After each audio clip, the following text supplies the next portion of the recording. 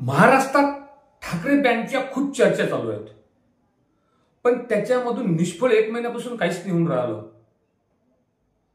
अमित ठाकरे यांनी सांगितलं होतं की हे दोन भाऊ एकामेकाला फोन करू शकतात, पण राज ठाकरेंनी 3दा शकून घेतलेली आहे.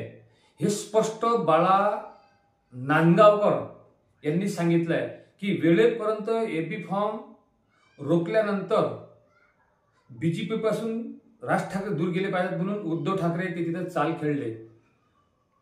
म्हणजे इथे सुद्धा महाभारत या ठाकरे कुटुंबात आहेच. नमस्कार, मी गणेश साखरे, पाहत राहा गन्ना का फन्ना. आजचा व्हिडिओ आहे महाराष्ट्रात जी खळबळ उडून राहिली आणि निरा चर्चावर चर्चासत्र चालू आहे. राज ठाकरे उद्धव ठाकरे, राज ठाकरे उद्धव ठाकरे. अरे हे दोन्ही अहंकाराने संपलेलं ब्रँड आहेत. आज उद्धव ठाकरेच्या जवळ 20 आमदार आहेत, 60च्या खाली कधी ते आलेच नाहीत. आणि राज ठाकरे जवळ 0 आहेत. यांचे चेलेचपाटे फक्त चर्चा करून राहिले, पण हे दोन भाऊ एकत्र फोन करू शकतात हे अमित ठाकरेंनी म्हटलं, पण हे कधी बोलायलाच तयार नाही. यांना अहंकार भयानक आहे. ह्या अहंकारामुळेच हे ठाकरे बँड हा महाराष्ट्रातून संपत आहे. शेवटली त्यांची एक वाट फक्त तेवत आहे, ती म्हणजे महानगरपालिका मुंबई. आणि मला असं वाटतंय का इथे सुद्धा यांचं खरं नाही, कारण की आज लोकांच्या जे मन आहेत ते बीजेपीकडे वळलेले आहेत. या दोन पक्षात फक्त काही नेते शिल्लक आहेत. उद्धव ठाकरे यांच्या पक्षातून आउटगोईंग चालूच आहे, इनकमिंग फार कमी आहे आणि आउटगोईंग जास्तीत जास्त आहे. म्हणजे उद्धव ठाकरेचा पक्ष येणाऱ्या काळात हा संपेल का अशी शंका आहे. महानगरपालिका मुंबई ही जर समजा या ठाकरे ब्रँड करून गेली तर येणारा काळ यांचा कम्युनिस्ट पक्षा टाईप होणार आहे. कारण बीजेपीला एन केन प्रकारे यांना संपवायचं आहे. ते संपवण्यासाठी सध्या अजित पवार यांना वरती उचलत आहे. शिंदे हे नाव तर येणाऱ्या काळात संपेलच, पण तरीही जे करामती नेते आहेत ते शिंदे जवळ आहेत. पहिले उद्धव साहेब संपल्यात जमा होतील आणि नंतर शिंदे साहेब होतील. आणि राहिला राज ठाकरेचा करिश्मा, तर त्यांच्या सभेला गर्दी होतच. असंच मी एक व्हिडिओ थोडंसं राज ठाकरे साहेबांबद्दल बोललो, कारण राज ठाकरे यांचे जे सैनिक आहेत ते फार कळवट आहेत. त्यांना राज ठाकरेवर बोललेलं आवडत नाही. पण माझं असं म्हणणं आहे की त्यांनी जे वस्तुस्थिती आहे ते सुद्धा मान्य करायला पाहिजे की आज राज ठाकरे यांचं महाराष्ट्रात काय शिल्लक आहे. हा, काही नेते आहेत, बच्चू कडू, राज ठाकरे आणि अजित पवार, हे बोलताना लोकांच्या हृदयाचा ठाव घेतात. ते सरळ बोलतात, जे वस्तुस्थिती आहे ते मांडतात.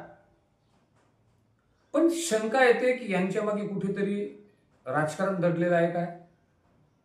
आता काही लोकांना वाटतंय की मी राज ठाकरेवर भूमिका बदलतात म्हणून बोललो.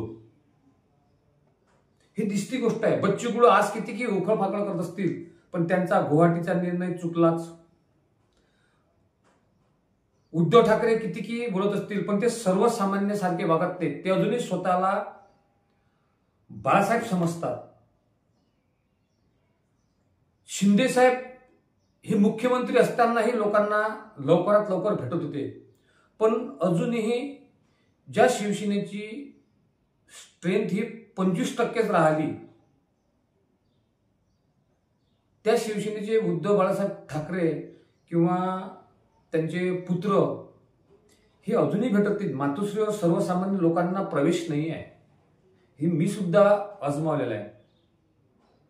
मग आता राज ठाकरे भूमिका बदलवतात का. राज ठाकरे जर पक्षाचा झेंडा तेव्हा त्यांनी केला होता तर तो कशा प्रकारे केला होता. त्यांना असं वाटलं की सर्व समाजाला आपण एकवटून घेऊन हा मनसेचा नवनिर्माण सेनेचा रथ आपण पुढे नेऊ, पण तो फसला. शेवटी त्यांना हिंदुत्वाचा भगवा झेंडा आणावाच लागला. राज ठाकरे अजून फसल्या. त्यांना फक्त एक मराठी प्रांत आहे, महाराष्ट्रात मराठीचा मुद्दा त्यांनी लावून घेतला, पण ते हिंदुत्वावरही आले होते. त्यांना अपेक्षा होती की शिवसेनेची जागा मी घेईल आणि बीजेपी जवळ जाईल, पण वेळ फसली आणि शिवसेना 2 झाल्या. तिथेही राज ठाकरे फसले. लोकसभेला शिवसेनेच्या विरोधात त्यांनी कॅन्डिडेट उभे केले, पण बीजेपीच्या विरोधात कुठे केले नाही. त्यांना शिवसेना म्हणजे उद्धवसाहेब ठाकरे हे संपवायचे होते. काही प्रमाणात त्यांनी तो हातभार लावलाही.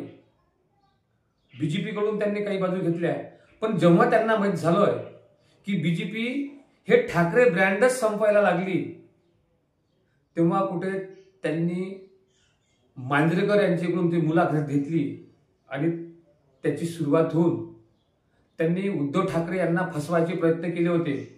पण उद्धव ठाकरे हे अगोदरच फसलेले आहेत. त्यांनाच समजून दिलेलं आपण काय करावं म्हणून. नेते सैरभिरी आहेत. एकटा फक्त संजय राऊत त्या गोष्टीचा रथ समोर नेत आहे. पण आज संजय राऊतना सुद्धा महाराष्ट्रात सकाळचा भोंगा म्हणून त्यांना एक पदवी देण्यात आली. ठाकरे सरकार हे त्यांच्याकडून बोलून घेतात का, हे सुद्धा मनात लोकांच्या प्रश्न येतात. त्यामुळे उद्धव साहेब ठाकरे यांनी काँग्रेसकडे जाऊन त्यांची हिंदुत्ववादी हे स्वतः मवाळ करून टाकलं. राज ठाकरे मराठी मुद्द्यावर हिंदुत्वाकडे आले. त्यांनी दोघं भावांनी एकमेकाला फसवायचे प्रयत्न केले, पण ते या गर्तेत स्वतःच फसत गेले. आज परिस्थिती त्या दोघांची अशा न घारका ना घाटका. त्यांना मुंबईत स्वतःचं अस्तित्व ठेवण्यासाठी एकत्र येणे भाग आहे, पण एकत्र आल्यानंतर सुद्धा त्यांचं जमेल असं सांगता येत नाही, कारण हा त्यांचा शेवटला प्रयत्न राहील. या प्रयत्नात मुंबई महानगरपालिका जर गेली, हा ठाकरे ब्रँड संपला म्हणून समजून जावं. कारण त्यांना त्यांचा कणखर बाणा ठेवण्यासाठी नारायण राणेसारखा लायचाटेपणा करता येत नाही. जेव्हा ते नारायण राणेसारखा लायचाटेपणा करतील, तेव्हा महाराष्ट्रातली त्यांची प्रतिमा जी आहे ती धुळीस मिळेल. त्यामुळे त्याला नारायण राणे आणि त्या नारायण राणेच्या मुलासारखं होता येत नाही. आता आला ठाकरे घराण्याच्या तिसरी पिढीत मला तर असं वाटते काहीच दम नाही राहिला. त्यामुळे ते आप्पाजीच्या भरोशावर हे 2 जण कोणी काकाच्या कोणी आबाच्या भरोशावर राहिलं. जो दम शरद पवारच्या पुतण्यात म्हणजे अजित पवार मध्ये आहे, तो दम यांच्यात दिसत नाही. त्यामुळे तिसऱ्या पिढीत शिवसेनेचं काय होईल, मनसेचं काय होईल, हा तर सर्व लोकांमध्ये प्रश्न आहे आणि नेते सैरभीर आहे. राज ठाकरे यांनी कित्येकदा भूमिका बदलला. ते जर झेंडे बदलू शकतात तर भूमिका त्यांनी कित्येकदा बदलल्या. ठाकरे ब्रँड हे वाचवण्याकरता त्यांची थोडीशी तेवत असलेली दिवा हा शेवटला प्रयत्न राहील मुंबई महानगरपालिका. आणि यामध्ये ठाकरे ब्रँड जर संपला तर येणाऱ्या काळात बीजेपी हिंदुत्ववादी मुद्दा टोटल वन साइड नेईल.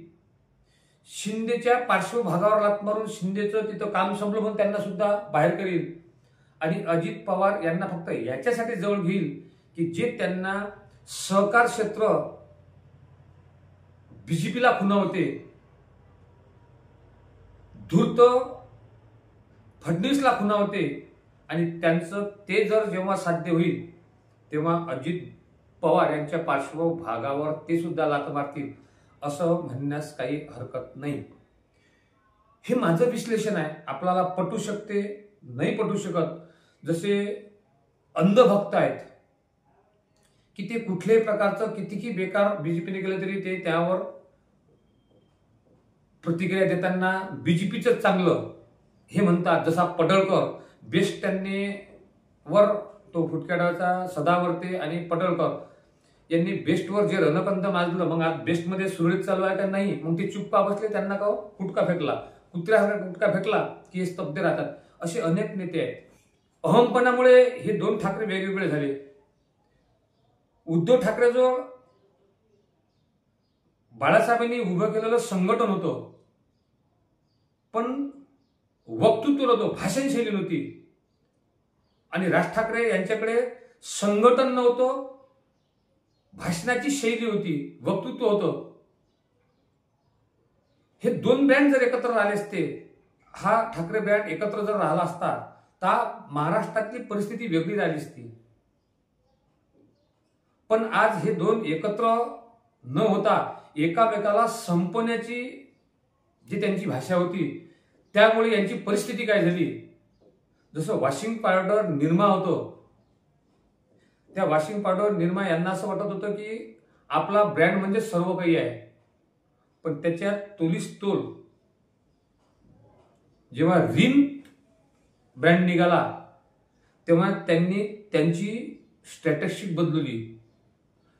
पण आज ते दोघंही, निर्माही हद्दपार झाला आणि वॉशिंग पावडर हद्दपार झाल्यासारखं, म्हणजे रिन हे सुद्धा हद्दपार झालं.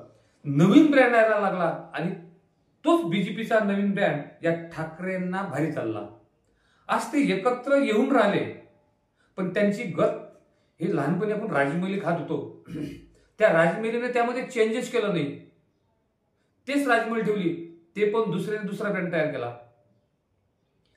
त्यानंतर किर्लोस्कर कंपनी होती, काय आज कोणतं इंजिन आलं तर त्या लोक त्याला किर्लोस्कर म्हणत होतो, पण त्यांनी त्यामध्ये बदल केला नाही. आज किर्लोस्कर संपण्याच्या मार्गावर. लग्नात कपाट जर द्यायचं असलं तर त्याला गोदरेजचं कपाट म्हणत होते, कंपनी कोणती असली तरी. पण त्या गोदरेजच्या कंपनीने त्यामध्ये चेंज केला नाही, ब्रँड म्हणजे ब्रँड. आज तोही संपलाच आहे. टायटन घड्याळ त्यांनी फक्त किंमत ठेवली, पण बाजूला ब्रँड केला नाही. अशा अनेक कंपन्या आहेत, आमचा ब्रँड म्हणजे सर्व काही. बा लोक त्या ब्रँडवर झुलतील आणि त्यामध्येच त्या कंपन्या डुबल्या. तसेच हे ठाकरे ब्रँड सुद्धा येणाऱ्या काळात डुबल्याशिवाय राहणार नाही असं म्हणण्यास काही हरकत नाही. कारण आज सर्व लोक, सर्व मतदार ही बीजेपीकडे वळलेले आहेत. मग ते कुठल्याही प्रकारचं, तो शेवटी शिवाजी महाराजांनी जो गनिमी कावा केला, तो शिवाजी महाराजांचा गनिमा कावा होता. पण तो जर दुसऱ्यांनी केला असता तर त्याला लोक वेगळं नाव दिलं असतं. शरद पवार यांनी केलेल्या ह्या तुम्हाला जर राजकारणी चालली असतील, धूर्त माणूस म्हणत असाल, तर मग ते मोदी असो, अमित शहा असो की फडणवीस होतो, हे राजकारणात त्यांनी जो धूर्तपणा केला याला बेमानपणा म्हणता येणारच नाही. आणि या बेमानपणामुळे म्हणा का त्यांच्या गनिमी कावामुळे म्हणा, ठाकरे ब्रँड महाराष्ट्रातून संपेल असं म्हणण्यास काही हरकत नाही. आपल्याला व्हिडिओ आवडल्यास नक्कीच लाईक, सबस्क्राईब, शेअर करण्यास विसरू नका. आपलं चॅनल, आपलं मतं मांडणारं चॅनल, गन्ना का फन्ना चॅनल, वराडी भाषेत आणि रोखोक.